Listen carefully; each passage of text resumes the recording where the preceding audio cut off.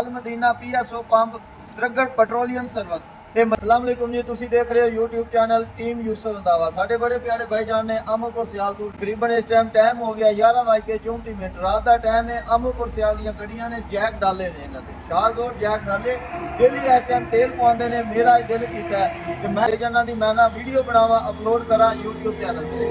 ए भाई ने की नाम ਤੁਹਾਡਾ? ਹਦਾਇਤ ਵੀ ਤੁਹਾਡਾ ਨਾਮ ਕੀ ਹੈ? ਯਾਦ ਭਾਈ ਤੁਹਾਡਾ ਨਾਮ ਕੀ ਹੈ? ਅਸਦਬਾਦ ਤੁਹਾਡਾ ਨਾਮ ਕੀ ਹੈ? ਨਿਸ਼ਾਨ ਹੈ ਤੇ ਤੁਹਾਡਾ ਨਾਮ ਕੀ ਹੈ? ਨਦੀਮ ਤੁਹਾਡਾ ਨਾਮ ਕੀ ਹੈ?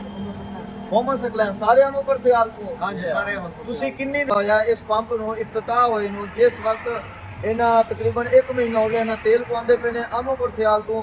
ਇਹ ਜੈਕ ਡਾਲੇ ਨੇ ਇਹਨਾਂ ਤੇ ਸ਼ਾਹਜ਼ੋ ਡਾਲੇ ਨੇ, ਡੇਲੀ ਇਸ ਟਾਈਮ ਤੇਲ ਪਵਾ ਕੇ ਜਾਂਦੇ ਨੇ। ਇਹਨਾਂ ਦੀ ਬੜੀ ਮਿਹਰਬਾਨੀ, ਇਹਨਾਂ ਦੀ ਮੁਹੱਬਤ ਦਾ ਸ਼ੁਕਰੀਆ। ਇਹ ਐਵਰੇਜ ਆ ਰਹੀ ਹੈ, ਕੀ ਚੱਕਰ ਹੈ ਤੁਸੀਂ ਇਥੋਂ ਤੇਲ ਪਵਾਉਂਦੇ ਹੋ? ਐਵਰੇਜ ਠੀਕ ਹੈ भाई हम थोड़े पंप की एवरेज बड़ी अच्छी है भाई। अच्छा अच्छा मुल्तान तो खाली आ रहे हैं लेकिन ऐसा आप खाली इलाके का पंप पे हाँ जी। ऐसा क्या सी भाई और मुझे तो ऐसा थोड़ी मोहब्बत साल लाए हम और एवरेज अच्छी है। एवरेज अच्छी थोड़ी पंप एवरेज अच्छी है। ਇਹ ਤੁਸੀਂ ਖੁਦ ਇਹਨਾਂ ਦੀ ਆਵਾਜ਼ ਸੁਣ ਸਕਦੇ ਹੋ ਕਿ ਐਵਰੇਜ ਅੱਛੀ ਹੈ। ਅਸੀਂ ਖਾਲੀ ਆ ਰਹੇ ਸੀ ਮੁਲਤਾਨ ਤੋਂ, ਅਸੀਂ ਕਿਹਾ ਕਿ ਆਪਣੇ ਇਲਾਕੇ ਦਾ ਅਮਰਪੁਰ ਸਿਆਲ ਦੇ ਨਜ਼ਦੀਕ ਜਵਾਨਾ ਬੰਗਲਾ PSO ਪੰਪ ਯੂ ਦੇ ਜੰਗ ਰੋਡ ਦੇ ਉੱਤੇ, ਉੱਥੋਂ ਇਹਨਾਂ ਨੇ ਤੇਲ ਪਵਾਇਆ ਔਰ ਜਾ ਰਹੇ ਨੇ ਅਮਰਪੁਰ ਸਿਆਲ। ਇਹਨਾਂ ਦੀ ਮਿਹਰਬਾਨੀ, ਮੁਹੱਬਤ ਦਾ ਸ਼ੁਕਰੀਆ। ਐਨਵਾਲਿਸ਼ ਅੱਲਾਹ ਹਾਫਿਜ਼, बड़ी मेहरबानी। अच्छा भाई।